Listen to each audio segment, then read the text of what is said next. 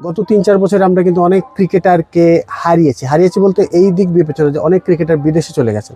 আমাদের বিভাগীয় দলে খেলা একজন ক্রিকেটার মমিনুল ইসলাম মোহন, তিনি আসলে তরুণ বয়সে থাকতেই বিদেশ চলে গেছেন। এজাজ আহমেদ, তিনিও কিছুদিন আগে কানাডা চলে গেছেন। জেলা টিমের রেগুলার প্লেয়ার আজাদ খান চলে গেছেন। এছাড়া বয়সভিত্তিক ক্রিকেটে ভালো করা যেমন সিয়াম, অয়ন, ইরফান, এরকম অনেক ক্রিকেটার যে বিদেশ চলে যাচ্ছেন। বাংলাদেশে দাদা এখন ক্রিকেটটা নিঃসন্দেহে একটা জনপ্রিয় খেলা, এবং ক্রিকেটে সত্যি কথা বলতে গেলে যে সম্মানের কথা যদি আমরা বলি, রোজগারের কথা যদি আমরা বলি, সেটিও যথেষ্ট ভালো। তাহলে সিলেটের এই তরুণ ক্রিকেটাররা কেন বিদেশমুখী, কেন তারা ক্রিকেটের প্রতি আকর্ষণ বোধ করছেন না, কেন তারা প্রবাস জীবনকে বেছে নিচ্ছেন বলে আপনার কাছে মনে হয়? আমার কাছে যেটা মনে হয় আর কি, যেমন আরেকটা নাম ছিল আর কি, যেমন আমার কাছে ও মানে এক্সট্রাঅর্ডিনারি প্লেয়ার লাগছে, যেমন বক্কর। হ্যাঁ, লেফট আর্ম স্পিনার। হ্যাঁ, ও left arm spinner cum batsman, ওইরকম কিন্তু নাই। যদি দেখা যায় আমাদের এক সাকিবুল হাসান ছাড়া কিন্তু ওইরকম অলরাউন্ডার নাই।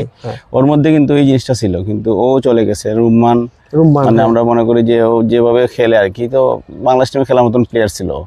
তো আমার মনে হয় যে আসলে গোল সেট আপটা ভালো ছিল না। মানে যারা যাচ্ছে, যেমন এজাজেরটা আলাদা, এজাজ মানে শেষ দিকে গেছে, যেটা মনে করি আজাদ। কিন্তু যারা যাচ্ছে আর কি, আমার যে গোল সেট আপ, যে আমি যেমন যারা এখন বর্তমানে ক্রিকেট খেলতেছে, আমি ও সবাইকে এটাই বলতেছি যে এটাকে একটা জাস্ট একটা ভালো বিজনেস হিসেবে চিন্তা করো। তখন মানে অনেকে প্রশ্ন করে যে ভাই বিজনেসটা কেমন, কারণ আপনি যদি নর্মালি আপনি যদি বিজনেস শুরু করেন, আপনার মিনিমাম একটা অ্যামাউন্ট লাগবে। এখানে কিন্তু আপনি গ্যারেন্টি নাই যে প্রতিদিন আপনার মাসে মাসে আপনার একটা অ্যামাউন্ট বাইরে আসবে। কিন্তু এখানে কিন্তু আপনার এই ক্রিকেটার যে ইনভেস্টটা কি, শুধু শ্রম।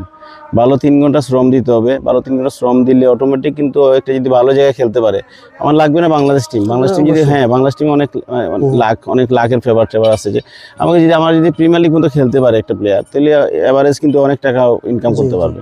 তো এটা যদি ওইভাবে চিন্তা করে, তাহলে আমি মনে করি যে ওই যদি ইনভেস্টটা যেটা আর কি, যে 3 ঘন্টার যে বেস্ট ইনভেস্টটা, আমি মনে করি যে ওই ইনভেস্টটা ভালো দিতে হবে। প্র্যাকটিস আমি 3 ঘন্টা আমি প্র্যাকটিস করলাম, মানে দেখানোর জন্য করলাম, ওই করে লাভ নেই। আমার কথাটা যে আসলে আমাদের যেমন সিলেটে তো অনেক কোচরা আছে, একজনকে আমি 1 মাসের জন্য আমি করে নিই, যে ওনাকে আমি একটা অনারেবল একটা করবো, তখন কি হবে, আমার একটা অ্যামাউন্ট দিয়ে যদি আমি ভালো জায়গায় যেতে পারি, আমার এর থেকে 10 ডাবল 20 ডাবল টাকা চলে আসবে। তো আমার মনে হয় যে ওই জিনিসটা করা উচিত, কারণ